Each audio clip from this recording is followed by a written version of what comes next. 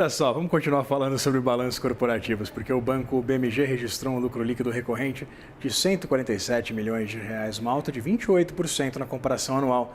Além disso, o retorno sobre o patrimônio líquido, ROI do banco, deu um salto, saiu de 12,1% para 15,3%. Para a gente comentar o desempenho do banco, da instituição financeira no primeiro trimestre desse ano, a gente conversa agora com o CEO do BMG, o Félix Cardamone. Félix, seja muito bem-vindo, é um prazer ter você aqui. Prazer é todo meu, Vitor.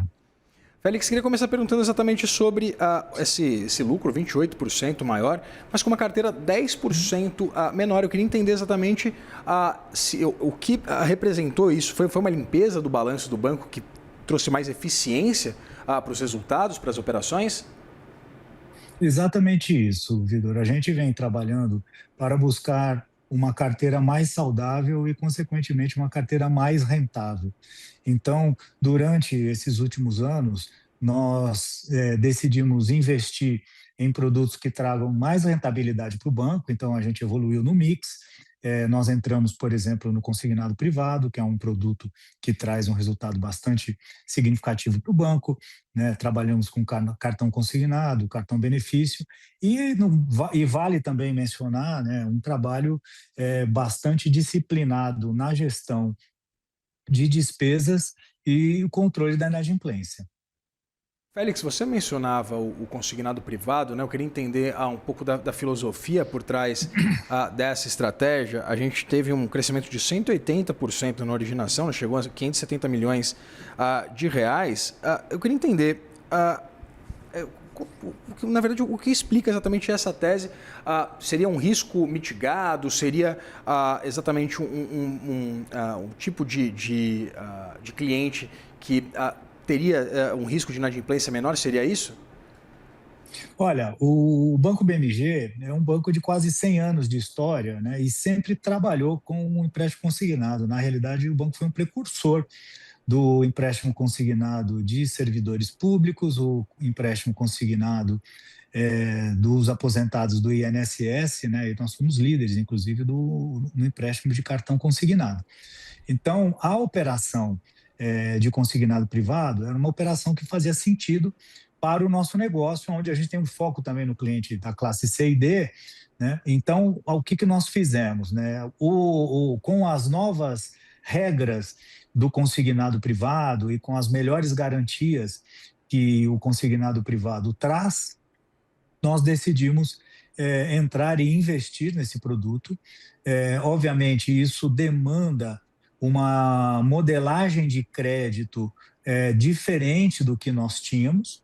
Então, nós iniciamos essa operação no final, no último trimestre, na realidade, de 2025, para nós calibrarmos toda a nossa modelagem de crédito, porque quando você faz um consignado privado, você tem que fazer a análise não só do tomador final, mas também a análise da empresa que esse cliente trabalha, né? Para ver o turnover, ver o segmento que ele atua, ver quanto tempo essa empresa existe. E, além disso, existia todo um fluxo de você fazer o desconto através do e-social e assim por diante. Então, nós iniciamos a operação do consignado privado no último trimestre do ano passado, como eu já mencionei.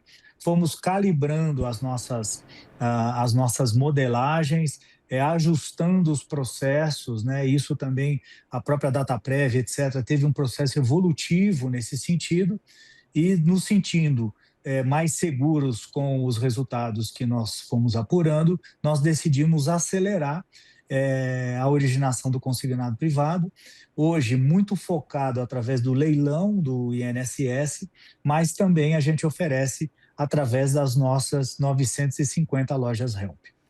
Félix, você citou, né, as lojas. Eu queria entender exatamente essa estratégia de digitalização. O índice de eficiência ficou em 52,5%, né? Eu queria entender Exato. exatamente essa correlação entre a atividade bancária, digamos, física tradicional e, evidentemente, Uhum. os serviços digitais do banco. Eu queria entender o que está no escopo e, principalmente, no horizonte do BMG. Não, legal. Primeiro, as nossas lojas, elas são lojas franqueadas. Nós temos 150 lojas próprias e nós temos 800 lojas que são franqueados. São franqueados que são especialistas nesse segmento. Consequentemente, é importante dizer que é uma loja que não tem uma porta giratória, que não tem numerário, ela tem um atendimento bastante personalizado para os nossos clientes e o índice de satisfação com as lojas é muito alto, né? O público mais carente, ele precisa desse carinho, né? Às vezes, um cafezinho gostoso, uma água gelada, um ar-condicionado fazem diferença num público sofrido e muitas vezes mal atendido. O que nós fizemos, então, isso era uma coisa que já existia no banco, né, há alguns anos, as lojas Help estão completando 10 anos agora, mas, obviamente, o cliente também tem o seu celular, o cliente precisa usar o aplicativo, o cliente gosta do WhatsApp. Então, o trabalho que nós desenvolvemos durante esses últimos anos foi fazer uma atualização bastante significativa da nossa plataforma tecnológica. Então, nós fizemos toda a reescrita da nossa arquitetura para microserviços, migramos para o cloud, melhoramos muito o nível de serviço, melhoramos muito o aplicativo, desenvolvemos uma dinâmica de relacionamento com o cliente com o WhatsApp e integramos com as lojas. Então, os nossos clientes hoje, eles podem escolher aonde eles querem ser atendidos. E para dar um bom exemplo nesse sentido, é que 48% da nossa originação, e aí leia-se originação automática ou digital, vem através de WhatsApp, através do nosso aplicativo, clientes através do nosso shopping de crédito que fazem o empréstimo sozinhos e os consumos que eles fazem através dos seus cartões de crédito, seja no supermercado, seja na farmácia, seja no posto de gasolina e assim por diante. Então, o que a gente busca é ter uma integração entre o canal físico e o canal digital. Esse público mais carente, pelas nossas pesquisas, ele gosta do calor humano, então a gente disponibiliza isso para eles, mas ao mesmo tempo a gente disponibiliza a comodidade de todos os canais digitais. E fazendo esse mix, nós conseguimos trazer eficiência, então o cliente fica satisfeito e o banco tem um menor custo de servir. Félix, eu queria voltar a falar sobre a carteira do BMG, né, que encolheu 2,7 bilhões de reais na base anual. Eu queria entender, o BMG está escolhendo crescer menos. Eu queria entender que tipo de ativos eram esses, né, que vocês abriram mão.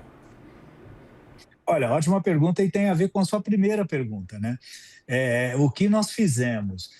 Olhando para a nossa carteira, olhando para o nosso perfil de negócios e entendendo que tinham operações que elas não eram tão rentáveis quanto elas poderiam ser, o que nós fizemos? Nós reduzimos a carteiras, que eram carteiras que elas não traziam um resultado que a gente esperava, que a gente ambicionava para ter um retorno sobre capital adequado, e fomos construindo essas outras carteiras. Então, existe um processo onde eu abro espaço no capital e na carteira que caem algumas operações, né, ou caem algumas carteiras, como, por exemplo, a gente desfez operações que nós tínhamos com parcerias com varejistas, nós tínhamos um banco digital e nós tínhamos um empréstimo sem garantias dentro dessa carteira e alguns outros negócios que a gente fez, a gente comprava algumas carteiras também de um banco parceiro e aí a gente diminuiu isso, abrimos espaço dentro do nosso capital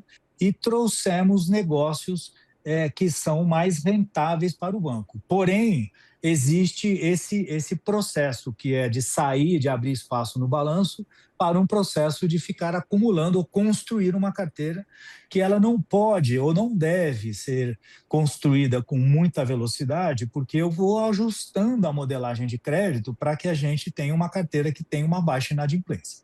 Félix, você falou da inadimplência, queria falar exatamente sobre ela. A inadimplência acima de 90 dias caiu 0,4 ponto percentual, né, na comparação anual, subiu 0,2 ponto na comparação trimestre a trimestre. Eu queria entender se essas variações elas são residuais ou se de fato elas denotam, seja a redução, né, na comparação anual, seja esse incremento de 0,2 na comparação trimestral.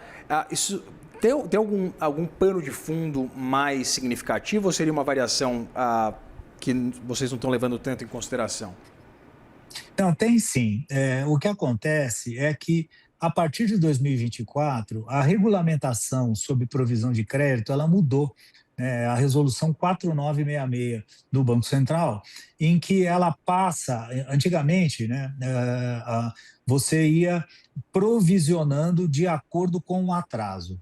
Agora, você provisiona de acordo com uma perda esperada. Então, existe uma modelagem por trás. Consequentemente, nós fomos bastante conservadores e, como nós estamos iniciando a operação do consignado privado, essa operação vem acelerando, mas é uma operação jovem, então ela demanda um maior índice de provisionamento em relação à perda esperada. Então, nós fomos conservadores nesse sentido. Então, no momento em que nós estamos constituindo a carteira, esse índice de inadimplência ele sobe. Depois que a carteira está madura, a gente pode calibrar a nossa modelagem e, consequentemente, esse provisionamento diminui e, ao mesmo tempo, esse índice de provisionamento ele vai ser diluído com uma carteira maior. Então, esta é a razão do aumento do provisionamento nesse trimestre. Foi esse crescimento de aproximadamente uma produção de uma carteira de 570 milhões, aproximadamente, que nós temos hoje, né, que fechamos o trimestre do consignado privado, mas exigiu que nós fizéssemos um provisionamento adicional à luz desta realidade que eu acabei de explicar. E com uma carteira a menor, Félix, a gente acompanhou inclusive também uma margem crescendo 10%, né, para patamar de 853 milhões de reais. Significa então que o crédito está mais caro? Eu queria entender exatamente esse contexto, eu queria entender se tem também uma correlação com esse ambiente de juros mais pressionados que a gente está vivendo. Olha, na realidade, você trabalha aqui, né, com alguns fatores, né? O primeiro, você tem a receita que você consegue ter, e você trabalhando com produtos mais rentáveis, você aumenta a sua receita. Foi isso que nós fizemos quando nós trocamos produtos com menos margem para produtos com mais margem, como, por exemplo, o consignado privado. O segundo pilar é a estrutura de funding, né? Que é super importante para um banco. Para você ter uma ideia, o banco hoje tem quase 35 bilhões de captação. Então, nós trabalhamos muito na estrutura de funding para que a gente tenha um mix que seja um funding mais barato para sobrar uma margem maior de crédito. O terceiro elemento é o trabalhar sempre na inadimplência. Então, a gente acabou de falar sobre isso. E o quarto elemento são as despesas operacionais. Então, o banco ele vem praticamente flat, né, em relação às suas despesas operacionais. A gente tem trabalhado de uma forma muito diligente nesse sentido.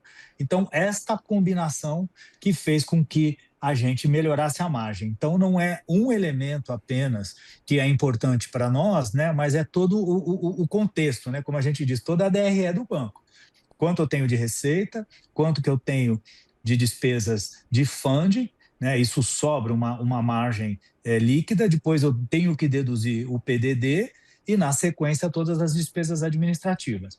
E um banco que trabalha com uma margem pequena, uma margem apertada, né, por serem operações consignadas e com ticket baixo, nós precisamos ter uma escalabilidade muito alta e bastante eficiência, né, e por isso que a gente investiu muito na nossa plataforma tecnológica e na nossa digitalização de processos. Então, o banco pode escalar, né, aumentar as nossas operações sem empilhar custos, sem aumentar os custos na mesma proporção. Só para dar um dado, né, nós fechamos em torno de 350 a 400 mil operações por mês. Né? Então, é um volume bastante grande, onde a eficiência fala bastante alto para que a gente tenha o resultado líquido positivo.